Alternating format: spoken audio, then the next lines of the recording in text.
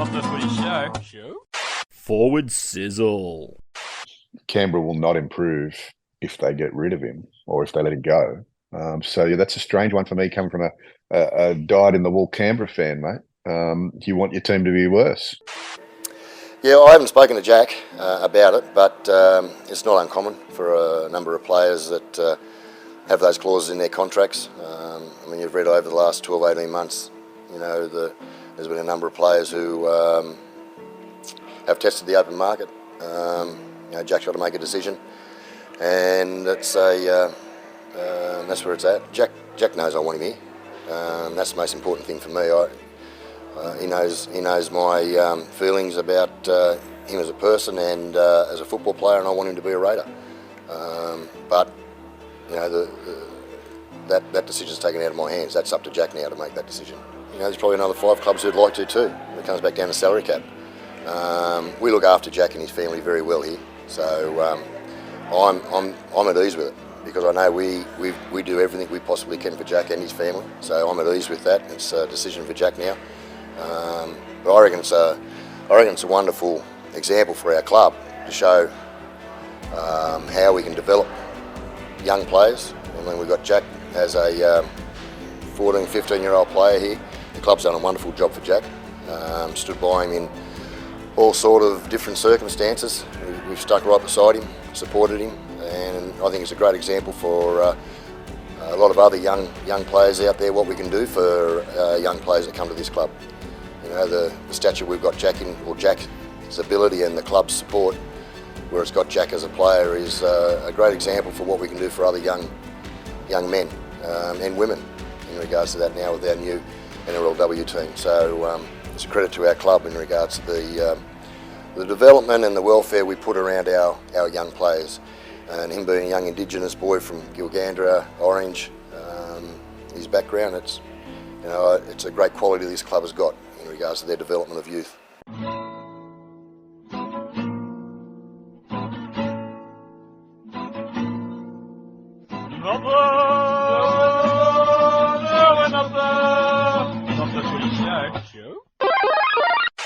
G'day everybody, welcome to episode 287 of Not the Footy Show. I'm Warrick Nicolson. That is Rob Cox.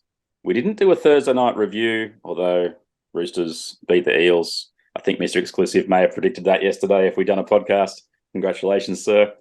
This episode, Coxsmith, is all about Jack Wighton's worth. Just try saying that out loud. Jack Wighton's worth. Yes, it sounds like some sort of, affirmation line every morning you wake up. What's Jack Wighton worth? I am Jack Wighton and I am worth lots of money. Because that's apparently what he thinks now, Coxsmith. $900K player option for 2024. It's not enough. He wants to go out there and cash in on the Mitchell Moses, hype train. Apparently you can lose 3 games in a row and still get $1.25 million. Just a bye-bye. You can lose 4 from 5. Yeah. By the by, I tipped Parramatta last night to see if my woeful tipping for 2023 could stop Parramatta in their tracks at 1 win in a row.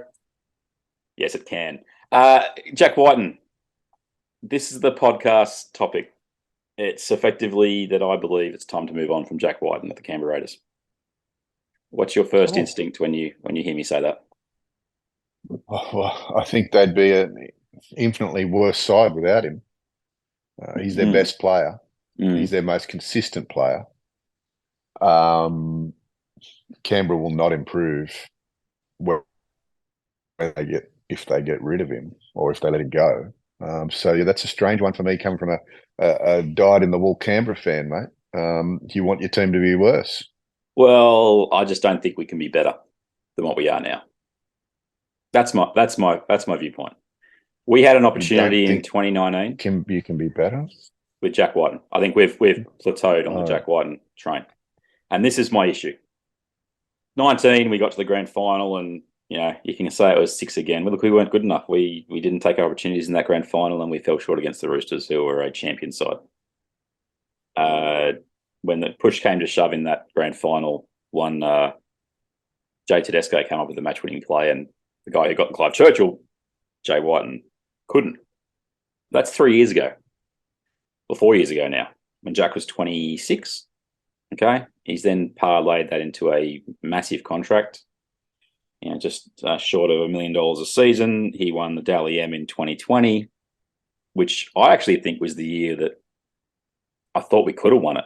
And we ended up a game short, losing in the prelim to Melbourne, who ended up winning the whole competition. Since then, Coxsmith, apart from a little run we had last year that made the second week of the semis, Canberra's been a middling team. And that's with Jack Wighton on big coin. We brought in Jamal Fogarty last year and we didn't have him for half the season. He finally came back in and we made a run towards the end. Yeah, it's nice. I just can't see how we can open the coffers and pay him over $1 million, which is what he'll want as he enters the age of 31 next year in February. I just think it puts our whole club on the back foot of what I think is probably needed now, which is a complete retool, a complete rebuild. I'm all for Canberra moving on from a number of veteran players and saying, Ricky, we had a real crack with this group. And look, we got to a prelim, we got to a grand final, but we weren't quite good enough. I just can't justify paying Jack Wighton the $900K that his player option says, let alone more than that, and committing to 4 or 5 years of him by the time he's aged 34, 35. Multifaceted answer coming up. They need to hold on to Ricky Stewart to start off with. Yep. Ricky and I have had he doesn't know this, but we've had a love-hate relationship. One-sided relationship. At the moment, I love Ricky. As a coach, as a player, I adored him. As a coach, I think he's getting better and better, believe it or not. Yep. Okay, but as far as Jack Wighton goes, here's the thing. I'm not gonna argue with you that I don't think Canberra should be paying him more than 900. I think he's on slightly overs at 900. Mm-hmm. Not massive overs. Some people, I've heard some people say he's only worth 650, 700. I think he's probably in a fair market with all things being equal and not desperate clubs around Tigers. I think that he's probably worth around about 800. Sorry, yes. And Dragons too. Yeah. Yeah, 800. Just so everyone knows, they're the clubs that are pumping the market up. The desperate clubs are the ones that are pumping the market up. Jack Wighton goes to Melbourne Storm, he ain't getting paid 800. I mean, they've got a great 6 anyway, but he ain't getting 800. And in fact, I don't think he's a 6. I've said this before. I think that's the next part of the pod is going to that question. Yeah, he's a centre, and he's one of the better centres in the comp. But I'm going to be controversial for a moment, and I'm going to say to you that there are at least 3 in the comp, at least 3 centres that are better than him, and we know who the first 2 are in Latrell and Turbo, and the third one I think is probably another bloke pretending to be a 6 in Burton. But I don't want to go down that rabbit hole at the moment. Canberra, what Canberra need, mate? Canberra got an aging forward pack, okay, and they've got a few players. They're lacking a 1. They don't have a 1. Savage is fine. So I'm not going to lay. You writing off Savage, are you? I'm not going to lay. Well, look, he's like Tyrell Sloan. Oh no, he's more advanced than Tyrell Sloan. I'll die on this hill. Okay, it's an opinion piece, but they're lacking some players that I think that, well, put it this way, Papali'i is not getting any younger. He's their strike forward. One could argue that he's not effective as he was 3 years ago, which means he's on the decline. Joe's probably past him on that level. Whitehead's been getting older for the last 9 years. If it wasn't for his World Cup, Coxsmith, you would have said that Whitehead should have retired. But then he came out in the World Cup and played like a 23-year-old, and then he's gone back to 33. But it's easy to lift for tournaments like that. When I say easy, relatively easy. Now he's got 27 weeks in front of him to play in the NRL. It's a bigger ask. I don't think all of the problems at Canberra can be laid at the feet of Wighton. In saying that, I don't think Canberra should pay any more than 900. Don't get into the bidding war. All you're doing is destroying your own market, and your market is rugby league players. If Jack wants to go, he'll probably make more money elsewhere, like at places like maybe the Dolphins. We've spoken about the Dolphins looking for a marquee signing. Wighton might be that guy. I don't know if Jack Wighton in that team across the first 4 games that they've played would make much difference to that team. I know Sean O'Sullivan is ill for the moment and can't play, but I think Katoa is kind of the future at 6, and that might be a little bit of a slap in Katoa's face. Katoa left. Let's remember that Katoa left the comfort of Penrith because he knew or thought that he wasn't going to get a crack at number 6 anytime soon. In that short space of time, we've seen Jerome Luai come out and not do a whole lot this season. And that could be an ongoing trend, and then anything could happen. So things can change at rugby league clubs very quickly. Katoa has gone to the Dolphins with the thought that he'll be the number 1, the 7 or the 6 for the next however long. Now, Sean O'Sullivan, I know he's injured and he'll be out for the next 8 to 12 weeks kind of thing, maybe more. So Katoa will probably play in the 7 for the interim. But Jack Wighton, again, if I was to sign Jack Wighton, I'd be looking at him as a centre who could play 6, 1, or 13 if I needed him to. Or 12. He could play edge back row. At this stage of his career, he could play edge back row. So having him on anything more than the 900 that Canberra are paying him, I'm not sure. Talk to me about the press conference. You sent me a link. Yeah. Talk to me about your take we on opened what with Ricky it, said in that press it's conference. It's Ricky talking about the fact he hasn't spoken to Jack, which I do find interesting, that, you have your marquee player tell your club he's not taking up a player option and he doesn't talk to the coach about it. I don't think it's so much a case of bad blood between Stewart and Wighton. I just say it's Jack Wighton listening to his agents who are saying, just let us handle all this and we'll get you the money that you want. And then Ricky goes on to effectively say, we love him here. We want him to stay here. We want him to keep him a Raider, which is what Ricky Stewart's huge about down there, is the whole, you're a Raider and you're part of the club, not only now, but the fabric of the club. But then he brings up 2 points, which is what we'll go into now. And it's not even financial. There's like the element of developing him is a big part of what Ricky talks about. He goes, we brought him in as a 14, 15-year-old and now he's an Origin player, a Test player. He's won a Dally M. This is a real hallmark of our club, is that we can develop players. But then he does talk financial, but he doesn't talk financial purely doesn't talk purely a financial sense. He talks about the looking after sense of Jay Wighton. We all know Jay Wighton has had some issues off the field. He's had that CCT incident. He skated on that fairly well. And the club stood by him. And Ricky used those words. We stood by Jack through some instances. Well, he's actually got one ongoing at the moment, mate. He does with Latrell. Which we haven't heard of for a while, that little incident. But what Ricky is going at pains to do is explain, we look after Jack and his family. And yet Jack's turned around and said, 900 is not enough. I want my big cash-in money. And this is where I think Canberra is somewhat in a situation where I don't think they'd be devastated if he left. What do you take from what Ricky said? Yeah, look, I think when Ricky was saying, Ricky was ready for the question. He knew the question was coming. Yep.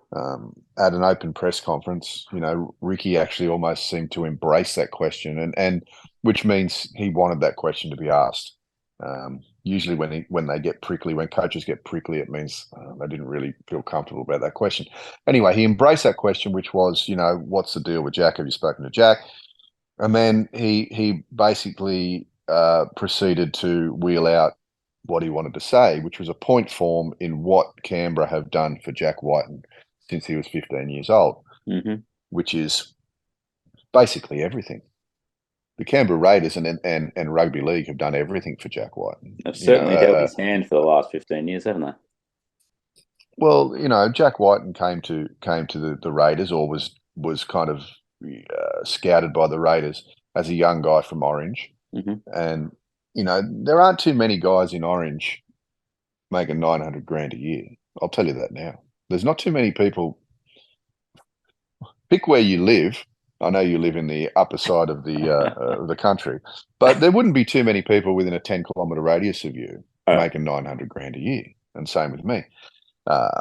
So they've done everything for Jack. They've set him up for life. And Jack hasn't been a passive player in this. He's done what he's needed to do as a rugby league player, and a very, very good one. One of the best in the country and possibly the world. But the fact is that he's been given chances. He's been given opportunities, which not every player gets. So Ricky has underscored that and reminded him of it with his little speech that he said. And they've stuck by him when he hasn't really been a total good boy off the field. Model citizen. He hasn't done disastrous stuff either. Let's be honest. But he hasn't been perfect off the field. It seems that a lot of players are drinking the Kool-Aid of the agents at the moment. Let's not get confused here. The agents want the players to make as much money as possible because they're on a percentage. The more the player makes, the more the agent makes. So the agent says, look, I've got this bloke here who's played State of Origin, played for Australia, done everything except win a comp. And now, are we talking about M. Moses or Jay Wighton here? We're talking about both of them. So these guys have, although Moses hasn't played for Australia, I don't think. Anyway, so these guys have done everything other than win a comp, other than win the toughest comp in the world, and we want well over $1 million for them. That's what they're saying to the clubs, or to the players. We think you can make more than $1 million, and they agitate. The players drink the Kool-Aid and believe that they are worth $1 million after a 10-minute conversation with their agent on the phone, and kind of possibly forget everything that the club has done for them, good and bad. They'll for them when they've been good and bad. So yeah, maybe it's a bit of greed, maybe it's a bit of stars in the eyes or whatever.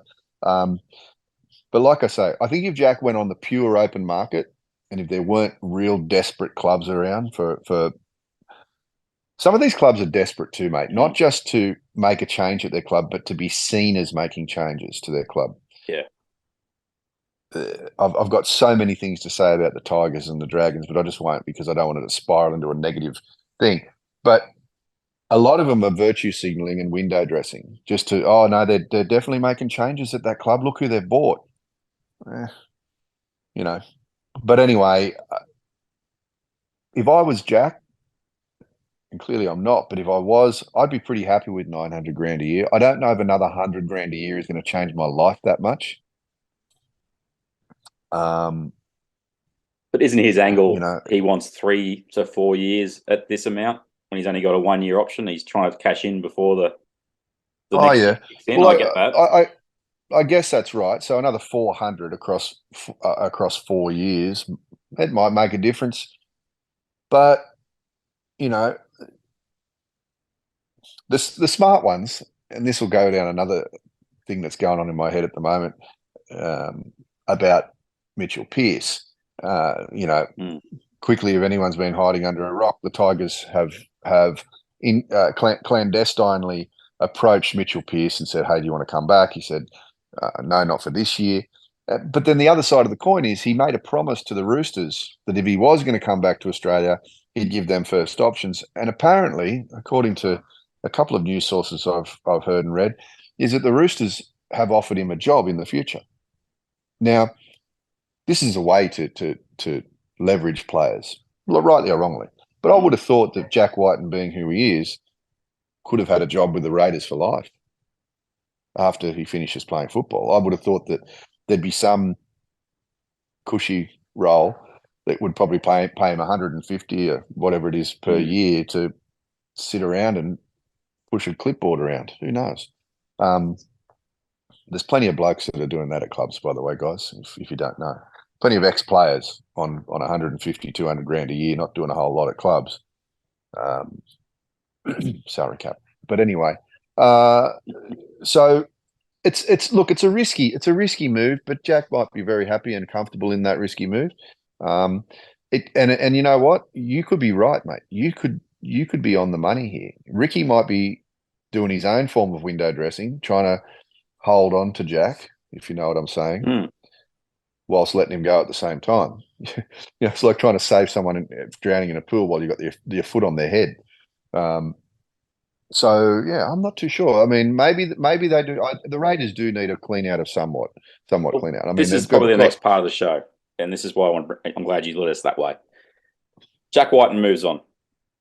It hurts Canberra. It does, but does it set them up better? And that's where I'm coming from. I just don't think we're a team that next year contends if Jack Wighton's our $1.1 million man. Jordan Rapana's off contract end of the year. I think Jared Croker's off contract end of the year. Whitehead, and I'll put Corey Harawira and Naira in that list. You could clear out a heck of a lot of cap space just by moving those 5 players on. So Wighton, Rapana, Croker, Whitehead, Harawira and Naira. And then you got the players who are in that next bubble of, to be honest, we could move on from them and probably rebuild from within. Your Brad Schneiders, your Seb Chris's, your Albert Hopewade, Schillers, Semi Valamai, Emre Gula. All right? They're all right, but they're not players that are going to change the fortunes of your club. They're just not. Then you got the players you got to keep, I think, for that next group, and that is Tapine, Papali'i, Fogarty's on a long-term contract, so he's not going anywhere. Corey Horsburgh, Nick Kotrick. All right. And then you've got the ones you have to build around. And that is your Xavier Savage, your Hudson Young, Matt Timoko, Trey Mooney. And then there's probably a couple of others that are sort of in that area, which is Smith Shields and Mariota. What they're doing at 9, I still don't know. I don't think Ricky knows. Because Starling, Levi, Wolford, none of them do it for me. Starling doesn't do it enough for Ricky for me to be saying that he's the guy for the next 5, 10 years. And then you got this next generation of players, which are the ones who are either on dev deals or in the system. You got Ethan Strange, who's a half, who's come from the Roosters / Central Coast system, who they signed for this season. They are huge on him. You got Chevy Stewart, who's a fullback that came from Illawarra region, from the Dragon system. You got Zane Dunford, who's a back rower from the Manly system. You got Adrian Trevelyan, who's a hooker who's had some injuries. And then you got a guy called Brad Morkos, who's a centre who was in like all the New South Wales squads. What I'm saying is that there's not, like I'm looking at that going, there's still 15 odd players that your club's built around, and you can also enter the market with half your salary cap to spend. And this is where I go to the Ricky Stewart presser. He's big about the opportunities of the club, and he thinks it's a strength of the club that they bring players in, they develop them, and they end up, I touched on at the start of the show, playing for New South Wales, Australia, and getting you big money. That's the thing he's saying. It's a hallmark of the club, and we're seeing it. And he brought this up in the presser, and there's an NRLW expansion happening, and Canberra are one of the teams that are coming in. They just picked up Samama Taufa, the New South Wales and former Parramatta prop, or lock forward, who's their marquee signing. And that's a pretty big, like in the scope of NRLW, it's a pretty big get for a club that for the last 6 months was linked to Shaylee Bent and Dave Fafita. That never happened. The point is, Canberra have somehow found a way to get one of the jewels in the NRLW crown. So my point is Ricky standing out there not only saying to Jack, look what we've done for you, but also saying, we can develop you. And that's what our club does really well. He uses the word development is a credit to our club. This is a great quality of our club. And I actually think this is where I'm coming from I don't think they'd be devastated if Jack moved on and they don't have to commit that money to him, is that they're saying, well, we'll use the money elsewhere and we'll develop and we'll start this thing again, which I think they have to do, because I ain't paying $1.1 million for Jack Wighton. Well, I think they have to have a contingency, and they've probably got a contingency on every player. If a player decides to say they're homesick or some BS, because they want to get out, Jack's reason might be just he wants to make more money and look after his family. They always wheel that one out. I just want to look after my family and buy a new Porsche GT3. There's always a reason. Maybe he's just sick of Canberra. Maybe he doesn't like the weather. I'm not sure, but I think Ricky's presser. I honestly believe that the reasons he said those things, he wheeled out like I said before, a conga line of points that was to remind Jack. I believe it's to remind Jack what we've done for you, mate. Rather than making a phone call and saying, "Listen, dude, you're acting. This isn't good. This isn't cool. You're kind of throwing your toys out of the pram here. After all we've done for you." Rather than have that conversation, just say to the presser, Jack's going to see the presser. He's going to see it. Someone will send it to him. Someone will show it to him. He's not stupid. He'll watch it and go, "Oh yeah, I remember that now. Geez, they have done a fair bit for me since I was a snotty-nosed kid." Okay, well, we'll maybe I'll pull my head in. 900 grand a year is not bad for a boy from Orange. The way we wrap this show quickly. Yeah, go. Sorry. That's all right. Go on. I was just saying, the way we wrap this show is, I guess, finish with a couple of questions. We haven't really done the speculation. Recruitment Whisperers is an off-season thing. But Brent Bennett's already said in a presser today, haven't spoken to Jack. If he comes available, great, fantastic. But that's not the story here. The story is, and I want to ask these questions as we wrap up. What does he want? Figure. What do you think he's worth? And what does he end up getting? Okay. Well, I think he's worth 800. Okay. I reckon 7. He's on 50. Yep. He's on 900. What do I think he gets? It'll depend on the club that wants him. I mean, the bloody Tigers would pay 1.2 for him. I'll guarantee it. They would pay $1.2 million for him and probably sign him to 5 years till he's 50 years old, just to be seen to be doing something. There's a certain element at some clubs just to be seen to be doing something. So look what we did. We signed an international. What more do you want us to do? Well, how about, anyway, he could end up on anything, mate. What I think he'll end up on if he goes to the Dolphins would be $1 million a year. I just don't know if that's what I think he'll pay that. I think, and the reason I say I don't think they'll pay him that is they were willing to go to 1.3 on Cam Munster, and it wasn't enough.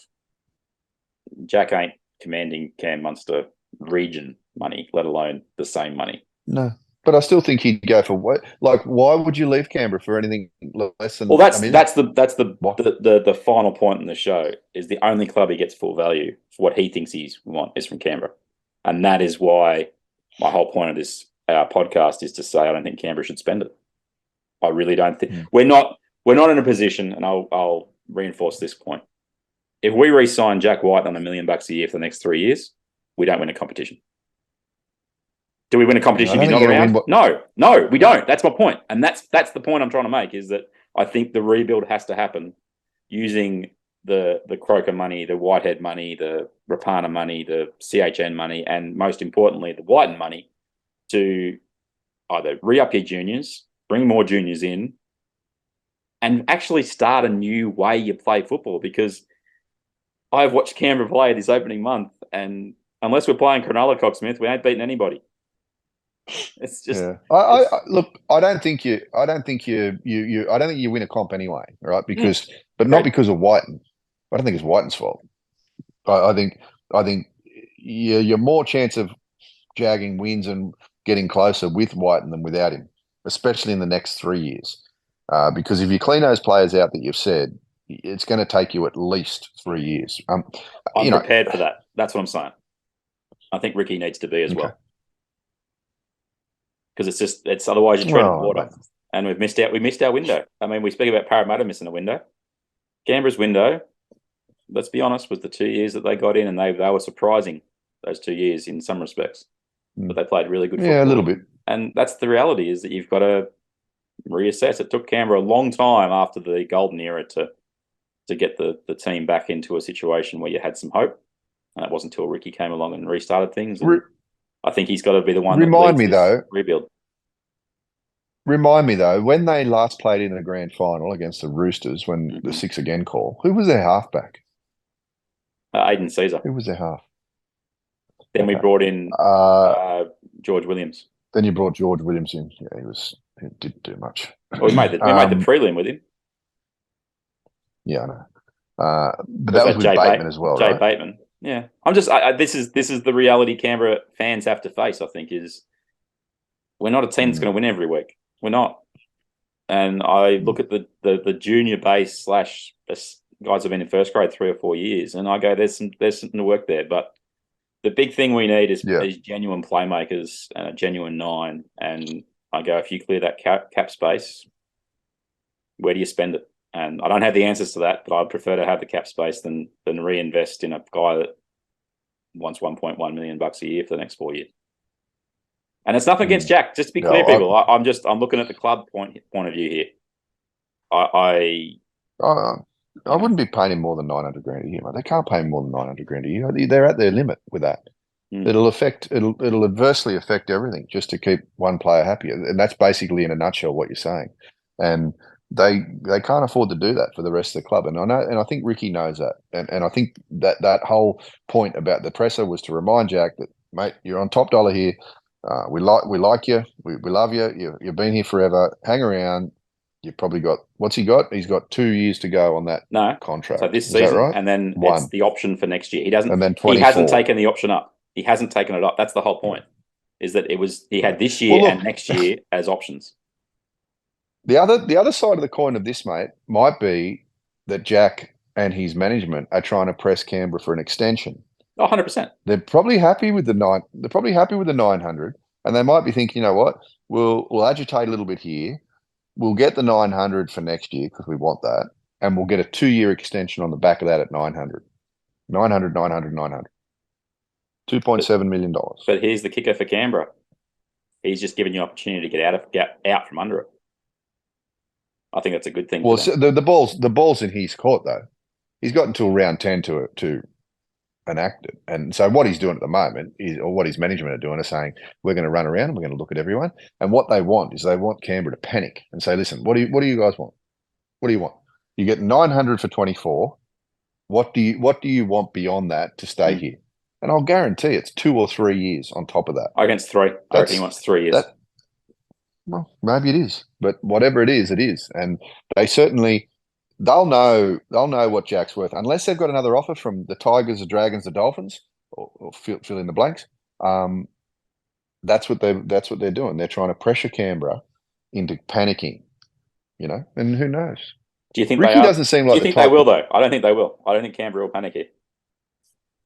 No, but what I think they might do is they might offer another year. They might say, look, okay, we want Jack to hang around. What's it going to take? They'll say 2 or 3 years, and they'll say, look, we're going to give him 1 more year till the end of 25. That's the best we can offer. But, maybe it's that.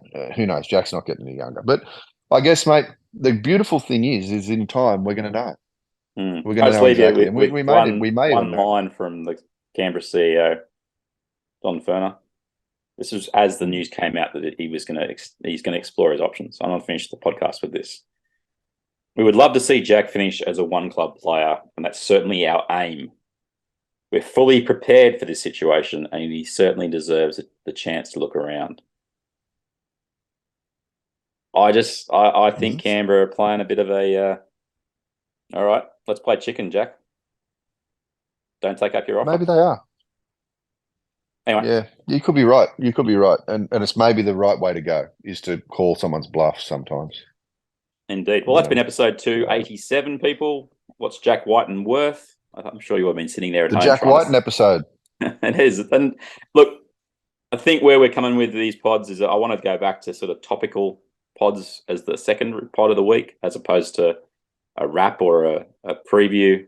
I'm enjoying the one that we're doing on Sunday nights, people where we review the round. I think it's good, but I think digging our teeth into more of a topic rather than, which I'm sure it will be Origin before you know it, Coxsmith. Get excited. Rather than the Thursday night I've already listed a team. You got it the other day. And I think it's the best way we do it. We'd love to hear from you if you think this is the right way for us to go. It also allows our pods to be a little bit more timeless rather than always linked in to the Thursday night game when it drops on a Friday. It's been episode 287. That's Robb Cox. I'm Warrick Nicolson. Take us out, Coxsmith. Talk to you Sunday night, mate. Pepsi. Not the Footy show. We are one different. Yep. What do you got? Canberra aren't making the finals this year. Oh, stop it. I'm hanging up. I got to go, mate. The bars are calling me. The honky tonks are playing my tune. What are you talking about? Not the Footy Show. You been sleeping over there? Pepsi.